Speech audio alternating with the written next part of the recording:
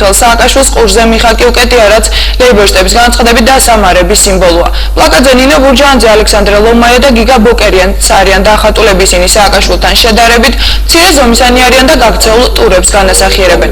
გუშინ პლაკატები ლეიბორისტული პარტიის აქტივისტებმა ქალაქის ცენტრალურ ქუჩებში გამოაკრეს, თუმცა შალვა ნათელაშვილის განაცხადებით ნაციონალების აქტივისტებმა დილისთვის პლაკატები ჩამოხიეს. ნათელაშვილი აცხადებს, რომ პლაკატების შინაარს იმ უცხოელ ჟურნალისტებს გააცნობს, რომლებიც ბუშის ვიზიტთან დაკავშირებით თბილისში ჩამოვლენ. ლეიბორისტებმა პლაკატები გაზეთ New York Times-ისა და Washington Post-ის რედაქციებს უკვე გადაუგზავნეს. ჩვენ მივეცეთ საშუალება უცხოელ მეგობრებს და ქართველ ხალხს შავთებ ფერებში ენახათ მისი ნამდვილი სული, მისი სახე და მისი მომავალი.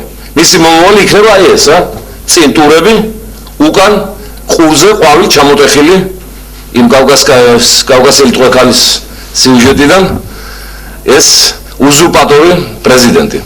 წუხელ გაეკრა აღნიშნული პორტრეტი თბილისის ყველა ცენტრალურ მაგისტრალზე, რუსთაველზე, თავისუფლების მოედანზე, ყველა უბანში, საკმაოდ დიდი რაოდენობით, მაგრამ სამწუხაროდ როგორც მოსალოდნელი იყო, სახელმწიფო დაწესებულებათა მუშაკები, მეზოვეები, ნაციონალური მოძრაობის აქტივი, რეზერვისტები დაკავებული იყვნენ, რომ როგორმე დილისთვის გაღუძებულ თბილისს წმინდა გიორგობას არ ენახა სიმართლე, არ ენახა ეს შავთეთრ ტონებში გადაწყვეტილი დიქტატორის ფორმულა, და ამიტომ ცენტრალურ ადგილებში ჩამოხეულია.